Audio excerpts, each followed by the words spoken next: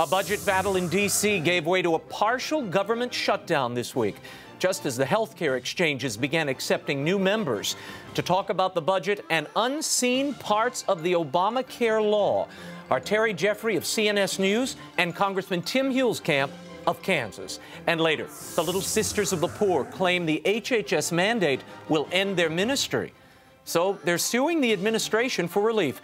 Two of the sisters and their attorney, Mark Rienzi of the Becket Fund, will join us. And finally, a massive collection of Christian history. Relics and precious documents have been out of public view for nearly 40 years. David Alton of the British House of Lords and a member of the royal family, Lord Nicholas Windsor, will give us a glimpse of the magnificent collection of the Christian Heritage Center at Stonyhurst in Lancashire. The World Over begins right now.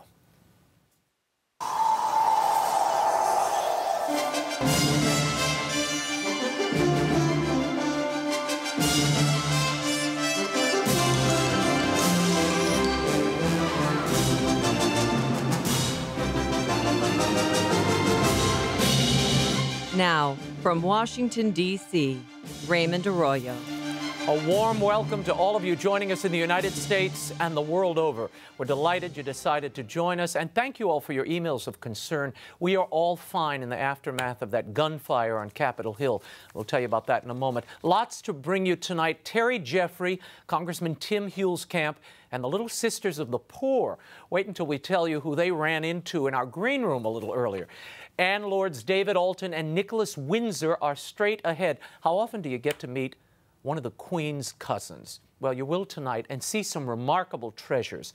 As always, if you have a question or a comment about tonight's show, you can live tweet them to me at Raymond Arroyo or drop us an email at worldover@EWTN.com. Lots to get to. First up, here's the brief. News from the world over this week. The impasse over the federal budget and Obamacare continues after the partial shutdown of the United States government began on Tuesday. President Barack Obama called congressional leaders to the White House Wednesday night. Their meetings seem to have yielded nothing. The president again insisted on a fully funded federal budget and the lifting of the debt ceiling with no strings attached. Republicans want to scale back or delay the health care law as part of the federal funding bill. In the meantime, the House has approved a series of targeted funding bills that fund limited government functions. Those have not been taken up by the Senate. After their meeting Wednesday night, Senate Majority Leader Harry Reid and House Minority Leader Nancy Pelosi said the Democrats will reject any and all Republican attempts to fund the government while limiting the Affordable Care Act. House Speaker John Boehner summed up the White House meeting this way. The president reiterated one more time tonight that he will not negotiate.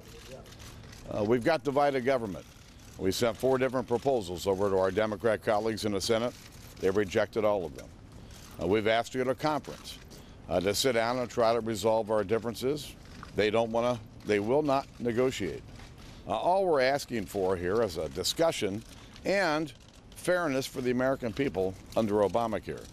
I would hope that the president and my Democrat colleagues in the Senate would listen to the American people and sit down and have a serious discussion about resolving these differences. And the U.S. Bishops' Conference has chimed in on all of this. In a letter to Congress and the White House on the eve of the shutdown, 3 conference chairmen, Archbishop Jose Gomez of Los Angeles and Bishop Stephen Blair of Stockton and Richard Pates of Des Moines, all called for wise, bipartisan leadership and moral clarity in crafting a plan to ensure the government continues to operate and meet its responsibility to protect human life and dignity. More on the government shutdown, this week's Obamacare exchange launch, and the continuing religious freedom fight over the HHS mandate later in the show. And on Thursday, Pope Francis concluded the inaugural meeting of his 8 cardinal advisors in what could mark the beginning of an historic change for the Church. Papal spokesman Father Federico Lombardi said that in addition to an overhaul of the Roman Curia, the role and responsibilities of the Secretariat of State, revamping the World Synod of Bishops, and the role of the laity were all major themes of discussion. Comments ahead of the meeting by Pope Francis point to a reform not only within the Roman Curia, but how it will relate to the universal church.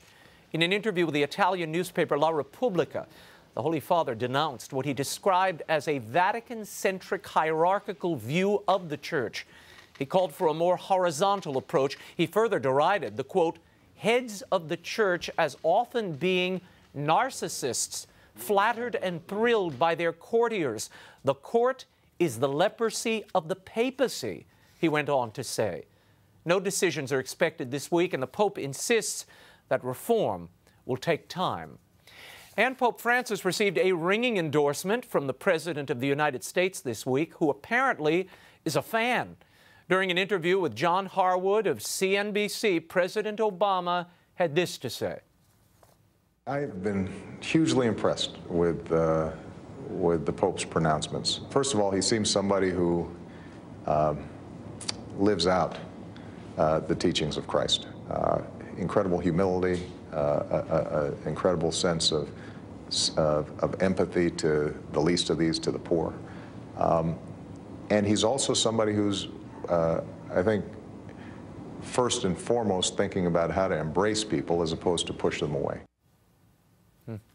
This week, the Holy Father officially announced the upcoming canonizations of Pope John Paul II and Pope John the 23rd during an ordinary consistory of cardinals. The two pontiffs will be raised to the altar of sainthood in St. Peter's Square on April 27th of next year. That's the Feast of Divine Mercy. This tracks with a comment the Pope made to an intimate a few weeks ago, as we reported. And more jihadist violence in the news this week. As many as 50 Nigerian college students were shot and killed while they slept in the early morning hours Sunday.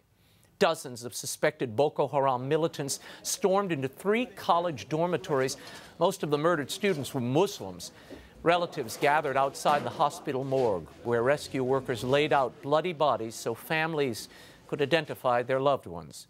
After the attack, the president of the Nigerian Bishops' Conference warned that Boko Haram has become more fanatical in recent years. Archbishop Ignatius Kaigama told Fides News the group has expanded beyond Christians and governmental targets. He said their ferocity now has no limits, to the point of slaughtering even fellow Muslims. And violence against the Coptic population in North Africa continues. 2 Coptic Christians were martyred in northeastern Libya after they refused to convert to Islam. According to Morning Star News, the 2 men were robbed and beaten at gunpoint, then shot after refusing to recite the Shahada, the declaration of conversion to Islam. And gunfire broke out near the U.S. Capitol on Thursday afternoon, temporarily shutting down an already shut down city. According to police, the altercation began when a woman attempted to ram her vehicle into the White House gates. The woman, identified as 34-year-old Miriam Carey of Stamford, Connecticut, was shot dead by police an hour later in the vicinity of the U.S. Capitol building. Authorities also reveal that Carey had been traveling with her baby inside the car. Fortunately, the 1-year-old child was unharmed. When we return, the budget battle continues on Capitol Hill, as does the debate over the Affordable Care Act.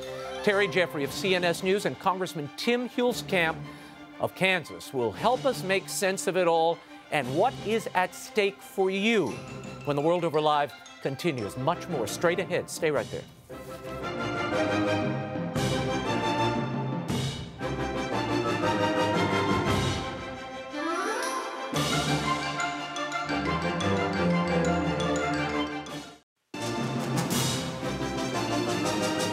Now, once again, Raymond Arroyo. Welcome back to the World Over Live. The budget impasse in Congress resulted in a government shutdown this week.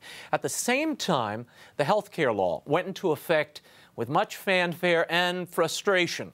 Website glitches made signing up for the exchanges challenging for many citizens. And now there's news that the bill, contrary to the law, may indeed provide taxpayer-funded abortions. Here to put all of this into perspective, I'm joined by the editor-in-chief of CNS News, Terry Jeffrey, and the congressman representing the 1st District of Kansas, Tim Heuslkamp. Thank you both for being here.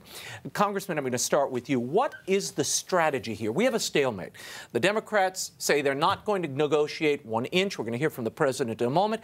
The Republicans seem to want to curtail or cut back the health care plan. Is this the best place and the best time to attempt that? Well, we probably should have attempted it long before now. I've been in Congress 2.5 years. This is the first chance we have to deal with Obamacare and must-pass legislation. We sent one bill to the president. He said no. Another one to Harry Reid, no, no, no. And right now, the Senate Majority Leader and the President of the United States refuse to compromise, refuse to negotiate. And you hear the words of the president today, absolutely not. But what we're doing now is sending different parts, different bills to keep the government open. Right. If national parks is a problem, we'll send them the bill. If we need to fund cancer research, we'll send them the bill. And I think it's a good strategy. So right now, the Democrats in the U.S. House and in the Senate and the President are opposed to all these fancy programs they started. And meanwhile, Obamacare is not going well with the opening of the exchanges, as we all know. Terry, what do you make of this strategy? Will it work, and how long can the Republicans hold out? I mean, there is pressure. The media pressure alone is intense. Well, I think the strategy of paying for the military, paying for people to get cancer treatment in the NIH, cutting those things out is smart, Raymond. But I think there's a key point people should understand, and John Boehner should understand that Americans are going to learn this. Article 1, Section 9, Clause 7 of the Constitution says no money may be spent from the Treasury, but in consequence of appropriation made by law. That means that if at some point Obamacare is funded and is implemented, it's because John Boehner and the House Republicans decided to approve a law with their majority to fund it, period. So at the end of the day, if we get Obamacare or a formation of Obamacare that Americans don't like and violates our religious liberty, it's because John Boehner agreed to fund it. Okay, but he has one house of Congress, and this law was passed years ago. That Nancy Pelosi, Harry Reid said today, you had your chance.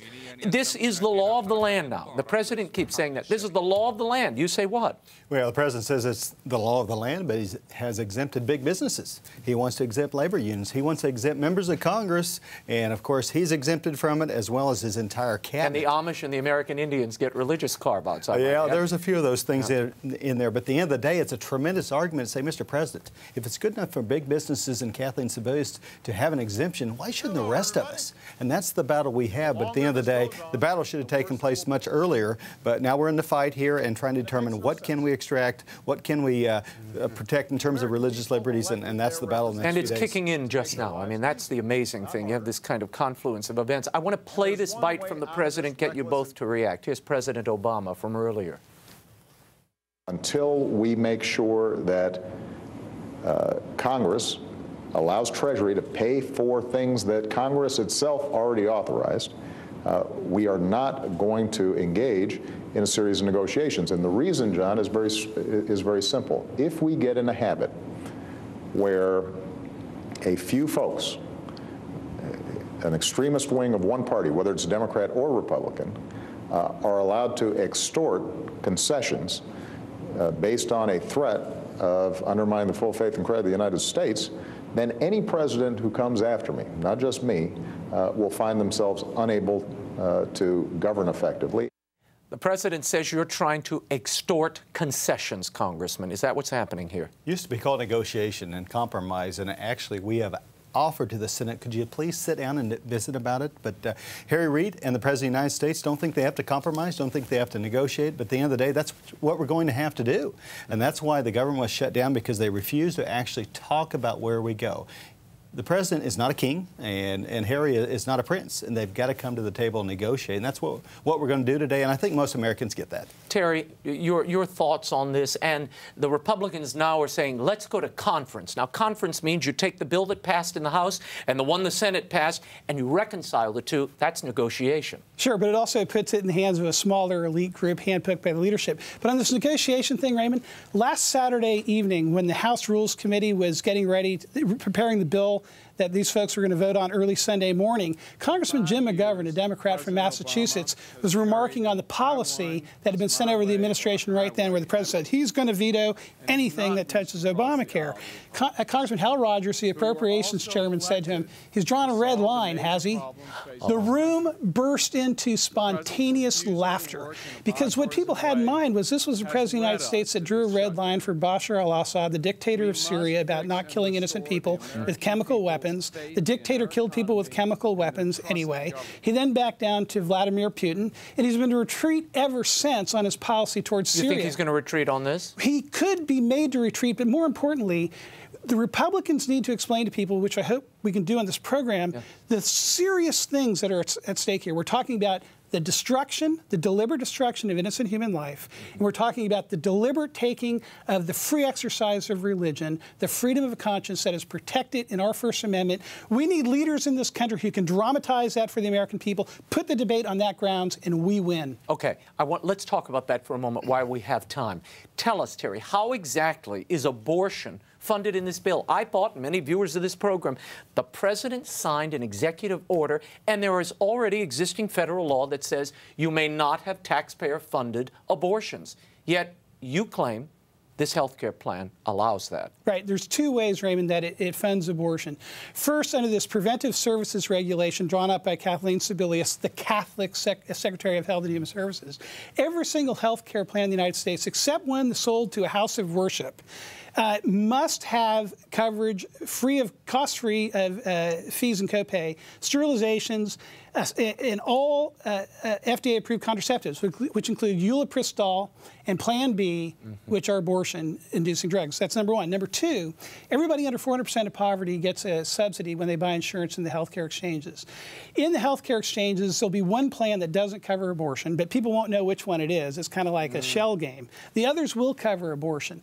The subsidies will be paid directly out of the U.S. Treasury to the insurer. So if someone goes into the exchange, they buy a healthcare plan that covers abortion, pays a doctor to kill an unborn child, the Treasury will be paying money directly to that insurance company that turns around and pays the doctor to abort the child. Congressman, there was a recent rule that passed from the Obama administration. Tell us about this rule that allows taxpayer-funded abortions, it would appear, to lawmakers and their staffs. For decades, under the Hyde Amendment, it has been against federal law to use taxpayer funds to pay for abortion. And how does an Office of Personnel and Management rule overweigh or overlook that federal law? Well, in this rule, this is the same rule in which they said members of Congress, the House and Senate, the law is very clear. We should purchase insurance on the exchange. We're not exempt from Obamacare, but with this rule, the same rule that said members of Congress can have their own health care system, gold-plated, I might add, it also will pay for abortions. It makes no sense. It has no legal sense. I believe it's unconstitutional what the president did, but that happened on Monday, right before the Senate refused to reject that special privileges for members of Congress, which is a very hard argument to make, which is what the president is saying is, you know what, members of Congress should get special health care coverage, including payments for abortion. In a moment, we're going to talk to the Little Sisters of the Poor, who are suing the federal government because of the deep conscience violations they feel as a result of this HHS mandate. Tell me for a moment, earlier this week, as part of the government spending package that the House produced, this was the budget that they put forward, they attached a conscience clause protection. What happened? That was stripped out on Monday. The House leadership did that. Yeah. Why? There were multiple bills that were sent over to keep the government open, and there were folks, conservatives like me, said, you know what, if we're going to end at a shutdown, we should repeal it and move on and have the battle after that. But there was this ongoing attempt to say, Harry Reid, we'll give you a chance here, and one of those chances include conscience protections, which is the first time those have passed through the House. So we made some progress, but the final offer we made did away with the individual mandate, which which allowed Catholics and other men and women of faith that if you didn't want to participate in what is probably an immoral system, you didn't have to. And that's where we stand now, is the House has that position. We're not going to allow the individual mandate to go forward. Terry, do you want to comment on that? And let's talk about these new lawsuits here in Washington, D.C., the Archdiocese of Washington, what they're doing. Well, I think the Republicans need to stand their ground on the protection, and the protection they passed would only go through January 1st of 2015. But here's a new lawsuit signed last week, and it points to a different problem in attacking how Obamacare attacks religious liberty. The Archdiocese of Washington, D.C., headed by Cardinal Wuerl, Archbishop Carroll High School, right down the road here, 3 miles from the U.S. Capitol, a Catholic high school in the Archdiocese, Catholic University of America, have sued Sebelius.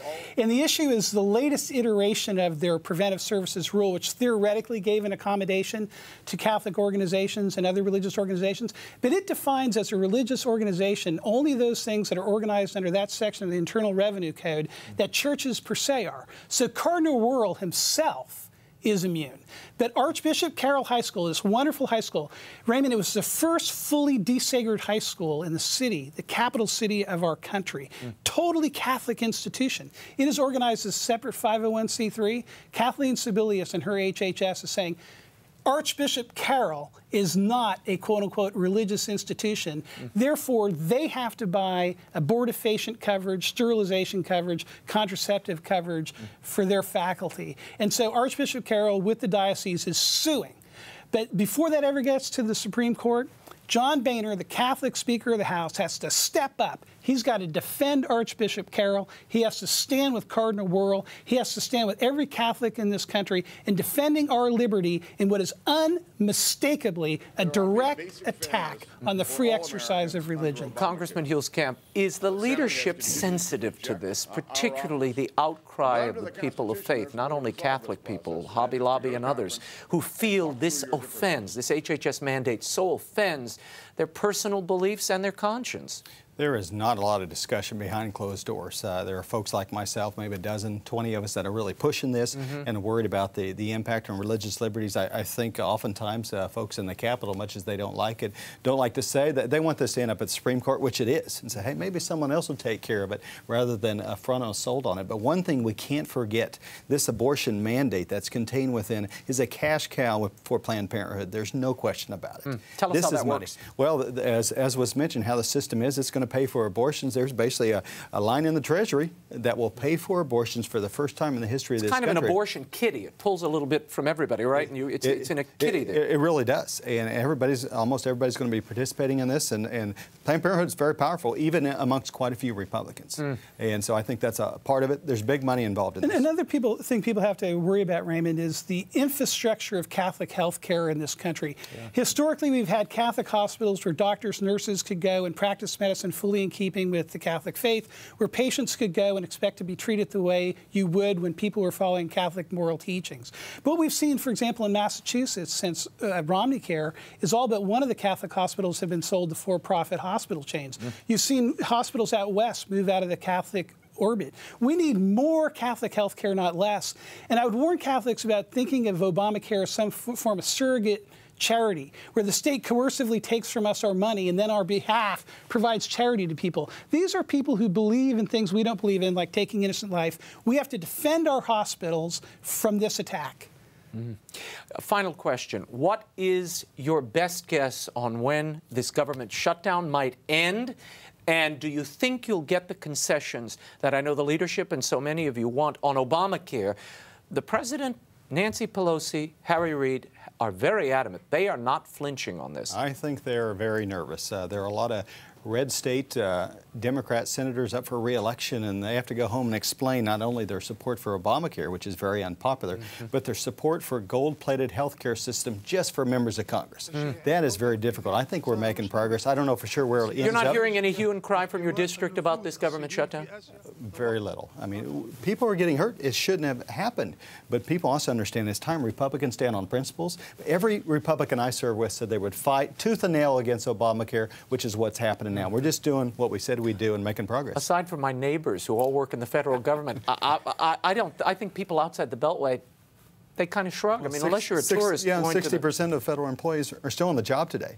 60%. I mean, it does have some real-life impacts, but at the end of the day, I think we're making progress. But what happens on this is going to dictate how things work out on the debt ceiling. Terry, very quickly, your thoughts. When do you think this will end, and will it end the way the Republicans want or the Democrats want? I think the question is open, and if people want to have an impact on it, they ought to keep communicating with their members of Congress. Very good. We'll leave it there. Gentlemen, thank you both for being here. And it's interesting, Terry, that you mentioned John Carroll. At the end of the show, we're going to bring you an item that he actually owned and signed. It's interesting. When we return, the fight for conscience opened another front this week. The Little Sisters of the Poor filed a class action lawsuit against the HHS mandate. The sisters and their attorney will join us to discuss when The World Over Live continues. Stay right there. Thank you both.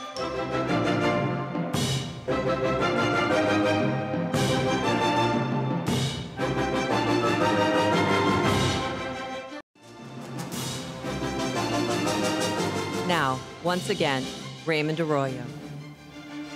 Welcome back to The World Over Live. The HHS mandate demands that employers provide contraception, sterilization, and abortifacient services to their employees. But for many religious groups, to comply would violate their conscience. My next guests represent a religious order of nuns who serve the poor and the elderly all over the world. They've filed the first class action lawsuit against the federal government in an effort to gain a religious exemption from the mandate.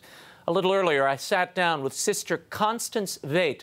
She's the communications director for the Little Sisters of the Poor, and Sister Lorraine McGuire, the Baltimore provincial for the order.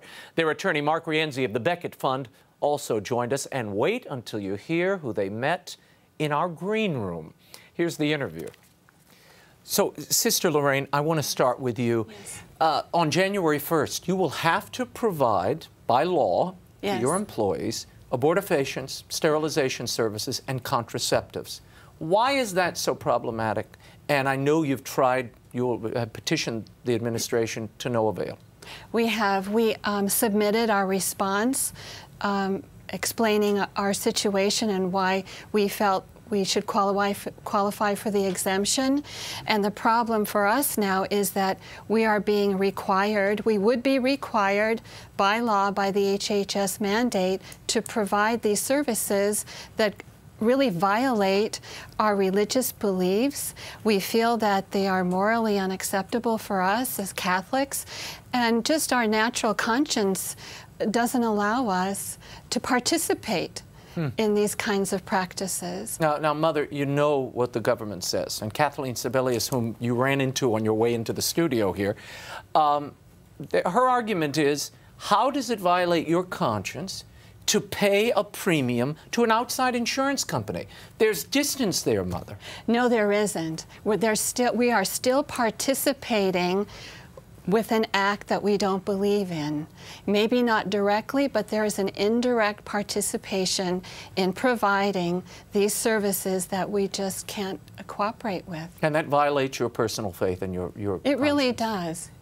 It really, and I think it crosses the area of our religious freedom, that we all have a God-given conscience and right to practice our faith and how we believe and how we choose to practice that, and they're violating it. Sister Constance, give us a sense of how wide this ministry is. I have seen over many years, first in New Orleans, later here in Washington, D.C., and Cincinnati, all over the country, the great work of the Little Sisters of the Poor. Tell people what you do and how widespread your ministry is. Well, our ministry is in 31 countries around the world, and we care for 13,000 needy elderly people around the world. Here in the United States, we have 30 homes where we care for about 2,500 residents, and we have 300 Little Sisters in the United States. So what's at stake here? If you have to comply with this mandate from the federal government at the top of January, what will this mean financially to your order and to the great work that you do for the elderly? Well, financially, the government hasn't yet clarified exactly how the fines will be applied, but what they have said is that to provide benefits without abortion-inducing drugs, sterilization, and contraception would incur a $100 a day per affected employee fine. So if you assume a home has, say, 50 insured employees, that totals nearly $2 million a year just for that particular home. So that would have to be multiplied 30 times across all of our U.S. homes. So it really becomes an insurmountable financial burden to us because we already rely on donations to meet it for about half of our budget. So imagine adding those kind of fines. Now, sisters, people looking in say, well, you all must qualify for a religious exemption, right? I mean, you're nuns. You would think we would qualify, but it's a very narrow exemption, and therefore we don't qualify for this exemption. I want to go to your counsel, Mark Rienzi, and get him to explain. Mark, why don't these sisters qualify for a religious exemption under this health care plan? Well, you're right that in any sane world, of course, the sisters would qualify for a religious employer exemption. What the government has done is they've just defined it very, very narrowly, using some terms from tax law to essentially say that you need to file your tax returns as a church, essentially, in order to get the exemption. And of course, the sisters are obviously religious. Their institutions are clearly religious institutions, but they are not themselves a church. And the government has said, well, since you're not actually a church, you don't get to get out of this. You still have to participate in some way, and that's what they can't do. Some have already said, when this was announced the other day, I was with a group of journalists, and one said, well, you know, these people are politically opposed to anything that the administration does, and you're opposed to the health care plan. Is that the case? No, it really isn't. The real reason that we're filing, we don't really want to. It wasn't something that we sought to do. We did it reluctantly, but we felt we had no choice. There's no political motive here. We simply want to care for our elderly, continue to care for them the way we have for 174 years. You know, and there's also the fear, I believe, that there would be further intrusion on how we care for our elderly in providing care for them at one spectrum of life, that, you know, assisted suicide has been legalized in different states, so there could be an implication for us somewhere along the line to be forced to participate in that practice. Via regulations or a standalone law, and that would obviously be a huge problem for you all. And with our vow of hospitality, we have made a commitment to respect life and to care for the needs of others, in showing dignity, respect, and that's what we really want to do, is just continue that. Sister Constance, what are, I mean, you all are in the trenches every day, caring for people at the end of life when they most need it. And I have personally witnessed it. It is a very different type of care than one finds in a hospital or even in a hospice. It is love in many ways, and I will take my journalist hat off for a moment and just say that, because that's what I saw and have seen repeatedly. In what way will this endanger that work, beyond violating the individual conscience of the sisters involved? Well, the fines are really insurmountable. You know, they're so huge that it really causes a great burden to us. And as I mentioned, we already depend on donations for about half of our budgets. So it would directly impact the need for fundraising. You know, we do have other choices. Like, we could decide not to provide health benefits anymore for our employees, but then there's still a fine of $2,000 per employee a year. So it's a lesser fine. But I think not providing health benefits, number one, would be unjust to our employees, because we care about our employees, and it just is unconscionable for us to ignore their needs. But also, it would put us at a real disadvantage in hiring staff, and not having the staff that we need would have a really detrimental effect on the quality of care and the continuity of care of the elderly. So that's really how it trickles down to hurt the elderly residents that we care for. And this is a very specialized type of care. I mean, this isn't, it's not just general, you know, a general care unit. It's for the elderly, usually suffering from various conditions at the end of life. So, Mark, I want to wrap this up with the reason that the sisters have joined a class action suit. Why the first class action suit against this HHS mandate? So that's right. The sisters are not alone in this lawsuit. They're part of a class, and it's a class of Catholic organizations, Catholic ministries that use Christian Brothers Trust, which is a Catholic organization, to provide their health benefits. And what we're essentially saying to the courts is, here are the Little Sisters, and there are several hundred other Catholic organizations behind them that are in the same predicament, that they're being told by the government, if you continue to provide your ministry in the way you always have, without paying for and providing access to these drugs, you're going to be fined. And so what we're asking in the class action is for the judge simply to say, we can do it all in one shot here for all of these organizations. And because the Little Sisters and other groups are not part of an archdiocesan group or an archdiocese or diocese, they are not considered religious organizations. Is that correct? That's right. Under the narrow definition of religious employer, you know, the church itself might qualify as a religious employer, but the sisters, who are obviously part of the church in any normal use of the term, do not qualify for the exemption. That makes no sense, but that's where the government has left them, and that's why, unfortunately, they need to go to court to protect themselves, which is, I'm sure, not where they really want to be. Well, as Providence would have it, you bumped into Caroline Sebelius, the HHS secretary, on your way in. Did you have time for a summit in the hallway here? I greeted her, she greeted me, and it was amicable, I guess you'd say. We didn't get into any deep discussions. I thought it was better just to simply be cordial, and it was, you know, quick.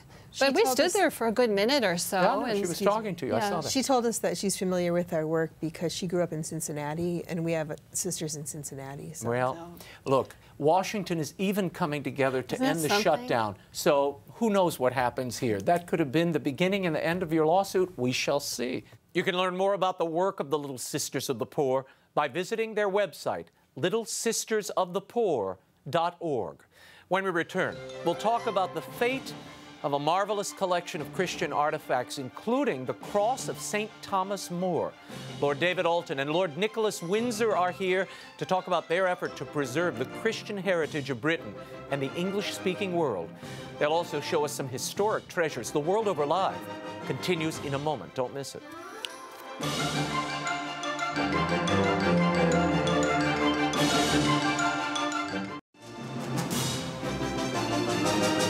Now, once again, Raymond Arroyo.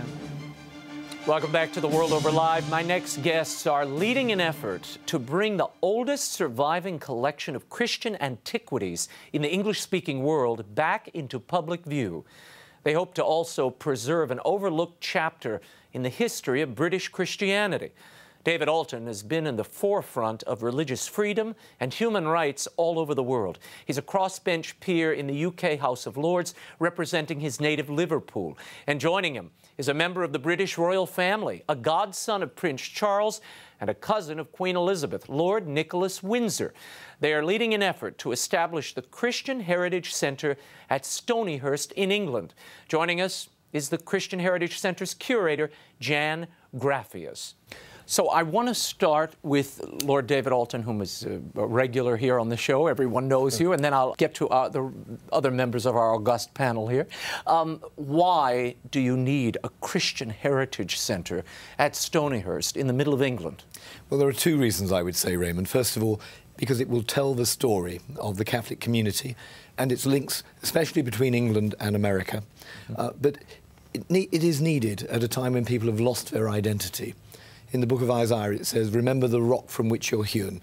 Know who you are. Know who you are. And we've forgotten who we are. We're losing our Judeo-Christian identity. And that, in turn, informs the kind of society in which you live. So we need to tell the old story in new ways. So the centre will partly do that. But it's also about reminding people of the sacrifice, the price that was paid by people like St. Thomas More, St. Edmund Campion, St. Margaret Clitheroe, the many martyrs, 105 of whom died in London at Tyburn, at where Marble Arch is today, and many others throughout the country, who gave their lives for the precious freedoms and liberties which we enjoy, not just in Britain, but in the United States and the free parts of the world today. And the Jesuits, over much time, preserved these relics and really became a storehouse during that whole recusant period, during the Reformation. You all are the happy beneficiaries of so much of this because you have this whole collection now at Stonyhurst. It's still in storage. Lord Windsor, how did you get involved with this? And as a member of the royal family, did that bring you into this effort? And as you're a part of this, do you see any sort of connecting of the ribbon here, being that this same family was on both sides of this conflict? Well, I first became involved through David and was invited to go to Stonyhurst. I knew nothing about this story. Wow. But when I went and was shown by Jan these extraordinary relics and began to learn the history of the school, to discover the Jesuit tradition of education, the art of educating the young, was something that the Jesuits worked on very hard. And they used imagery and literature, music, drama. They knew how this opened the heart of young people. And this was a heroic sacrifice on the part of so many of these Jesuits, particularly in the early days of the founding of this school. Jan, tell us about that early history, and I know you brought some of the items, just a smattering of items from this collection that I've seen the catalog David gave me years ago, and it is quite something. It is the biggest collection of Catholic material culture, I think, almost anywhere, and it represents the memory of England's Catholics from the Middle Ages through all the hard penal times, right up to the present day, in fact. And we were founded in 1593 because at that stage it was illegal to have a Catholic school on English soil. And one of the missionary priests who'd come to England with Edmund Campion, when Campion was captured and executed, his companion Robert Parsons managed to get out of England. And Parsons knew from the time he'd spent in England that there was a desperate need for parents to be able to educate their children. So he set up a school in France because it wasn't possible to do it in England. We were there for 200 years until the French Revolution, when we kind of had to leave. But during that time, parents were sending their sons across. The boys would have to take on a disguise. They'd have to take on a new name, because if they were captured, and there were government agents at every port, their parents would be in big trouble. The boys would be disinherited. Their parents would be sent to prison, or worse. So, while the parents were entrusting their sons to the Jesuits, and the Jesuits were seen as the great hope for England's Catholic future, they also brought out of hiding precious articles that had been hidden and saved during that great iconoclasm of the Reformation. So we have unbroken history of English Catholicism from the 7th century right up to the present day in the 16th and 17th century. And then in the 17th century, when martyrs were being created, items that related to them were sent across the school as well and used as an inspiration to the boys for the reconversion of England. Wow. Tell me about the items we have here, David and Jan, if you would. Well, Jan is the curator, so okay, we'll let Jan speak then. I'll pass over to David, because I know that this is something that has a huge significance for him. This gold crucifix belonged to St. Thomas More, and it was on his desk as he was writing. It was in his chapel where he was praying, and we believe he took it to the Tower of London with him. It's very small and it's very personal. It's front and back, and it's displayed separately. Inside, where the arms of the cross cross over, is a tiny relic, and the Greek inscription on the back identifies it as a tooth of Thomas the Apostle. So for Thomas More to have a relic of Thomas the Apostle must have been a huge and profoundly moving thing for him. When Thomas More was executed, this passed to his son John, and John's direct descendant, Father Thomas More, was the last Jesuit of the English province before they were suppressed, and in 1762 he gave this to our school to encourage the boys. So it's only had two owners, two careful owners. My goodness. But I'll pass it over to David, because I know that he wants to say something about. Yeah. Well, for me, of course, having served in the British House of Commons and now in the House of Lords, Thomas More was the Speaker of the House of Commons, and he was Lord Chancellor serving in the House of Lords. He was also, of course, along with Edmund Campion, tried in Westminster Hall, and any of your viewers who've watched A Man for All Seasons know exactly what happened during that time.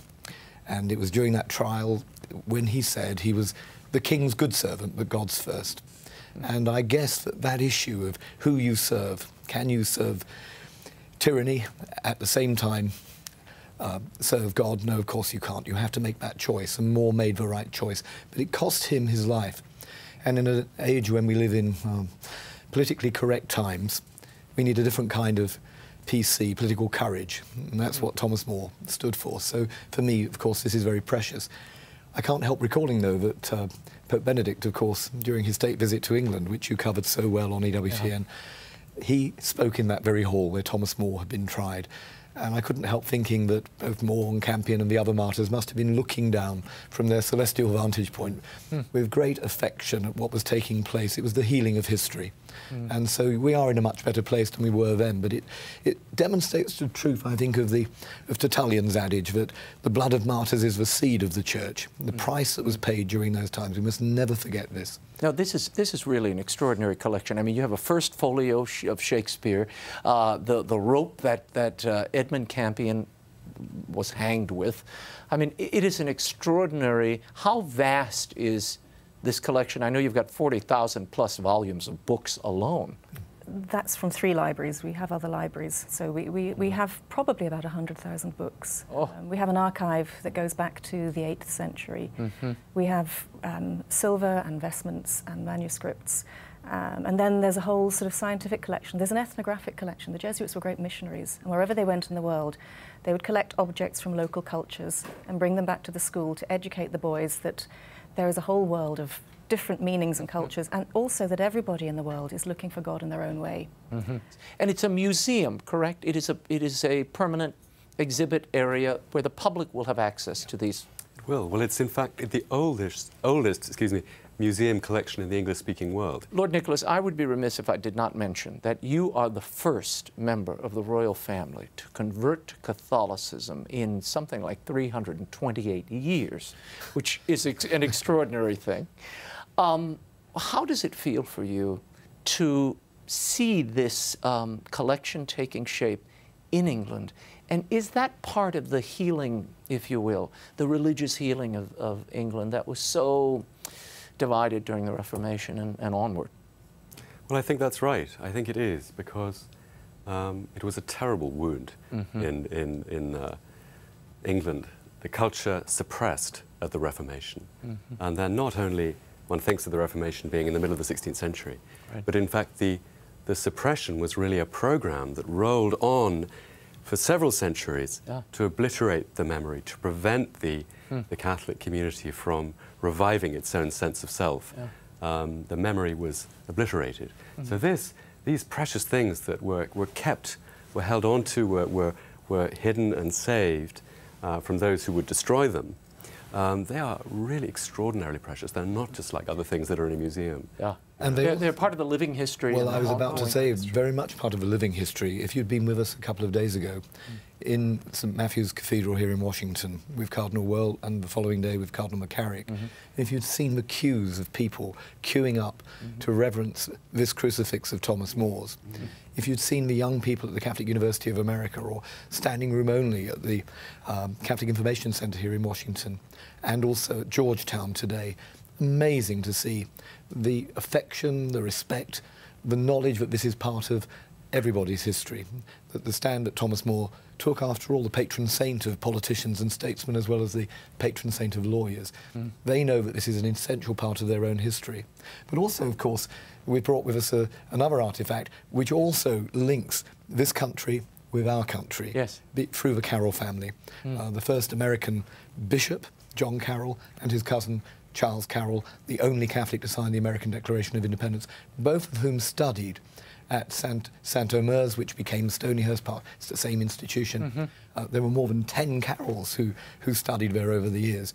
And Jan can tell you a little bit about the story of the book that we've brought. Yeah, this is extraordinary. Because it is amazing. It is. It's a wonderful story. I mean, the interesting thing about the Carrolls is that, of course, there were religious problems in Maryland as well. So they had a great empathy with their English schoolfellows, and they all learned and absorbed the story of the martyrs and the story of being true to yourself. And I think both Charles and John, when they went back to America, had this inner sort of strength about being true to themselves, which took them through some extraordinary difficulties and trials. But if you think about two boys, Charles, he's always referred to as Charlie in our school accounts, which is rather sweet. So Charles was 11 when he came across the Atlantic and didn't go home for, gosh, 5-6 years. And his cousin John was already there. So if you look at the title page of this book, you can see it's been scribbled on. We don't encourage children to write in books. But here you can see Bibliotheca Scholastica, the school library. And then underneath, second in the class of syntax. Syntax was the year when they were 16. John Carroll, 1751. And then underneath, C. Carroll. He's practicing for the declaration to make sure he gets his signature. Getting that signature just so. But what I love about this, so this is a book that the two cousins shared. It's a book of Latin poetry. John Carroll, of course, when he became Archbishop, had a very open view of the liturgy. He wanted Americans to be able to worship in their own language as well as in Latin. But this is where he learned his Latin. But if you look at the title page, either John or Charles has defaced the figures of the muse of poetry and art here. As schoolboys are wont to do. As schoolboys wont to. So we're not sure whether it was the Archbishop or the signer who put the pipes in the mouths of the muses and of the baby, and most shockingly of all, in between the bees of the Pope Urban VIII's Arborinis bees, yes. Which is lovely. It just shows that boys are boys. But this was a school where they absorbed deep truths. And Charles Carroll said in later life, it was his Jesuit teachers who taught him the truth of religion. And that's a wonderful accolade.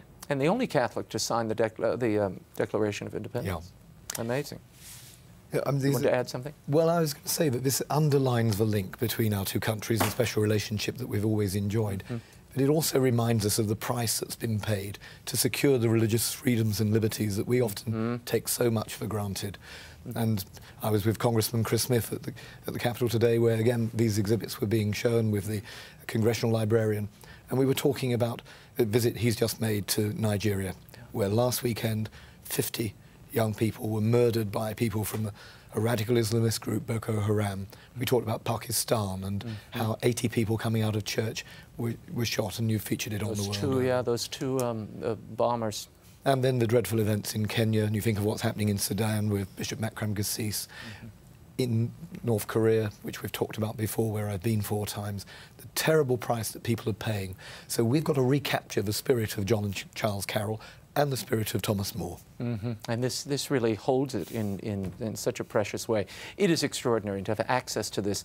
Of course, the whole world should be able to see this, and that, I know, is what this effort is all about. It's an international Christian heritage centre, and we've got to build it. We need to raise more funds. We've raised several million, partly through the generosity of the Society of Jesus, partly through the contributions of former pupils from Stonyhurst. But this is about providing something for everybody. We want a study centre, a retreat centre, a place where people can stay, as well as a major visitors centre to exhibit these wonderful artefacts for everybody. Now, Lord Nicholas, I should ask you before you go, you made headlines last year when you said in an interview that you thought Catholics were still being persecuted in some way. In Britain, there was still this bias against them. Do you still stand by that? I think that what there is more of a sort of intellectual snootiness towards Catholics from the intelligentsia, the thought that that anybody who could believe in that stuff is not really to be taken seriously. And also a tendency to think that any argument you make, whether it's an ethical one or another, really is just informed by one's faith. It doesn't come from reason. Exactly. So there's a bias. I wouldn't call it persecution. Okay. Although as pressure increases on Catholics, perhaps to hold back on expressing their beliefs, it's freedom of expression of one's religiously informed moral beliefs that really are, that's the cutting edge at the moment. Whether one can say what one thinks, express the teaching of the Church, the reasonable teachings of the Church in the public forum, is that still permitted? That's the question. I had tweeted out that you were coming on, and one of the questions, both of you, and one of the questions that kept popping up from some of our viewers in the UK, they are very concerned about the Act of Settlement, which continues, I know, it seems annually, the House of Commons takes this up, and should it be rolled back? The Act of Settlement being a law that prohibits a Catholic from ascending to the throne. That's correct. Your thoughts on that? I mean, and it doesn't mention any other religion or faith, just Catholics. Is that a problem in your estimation? Well, I think to be clear about the Act of Settlement, requires that the sovereign should be a communicant member of the Church of England. So it's not, in fact, the case that anybody of any religion could become king or queen. But by marrying a Catholic, you had to rescind your right to the throne. Well, I did. In future, it won't be necessary. A monarch could be married to a Catholic. The question of how the children are raised is perhaps the moot point. But no, it's still, I mean, that is the situation we've reached. We've made some progress.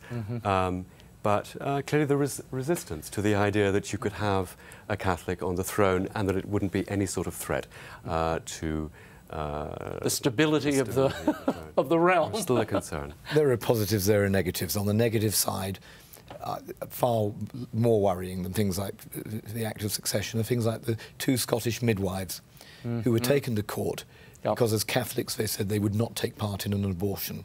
Or the case of the young woman who was working for British Airways and wearing a cross, and she was told that she would be sacked, removed from her job, unless she removed her cross. Those are acts of intolerance which I think we have to challenge. So conscience becomes the real question for me, rather than the act of succession. Right, Dave.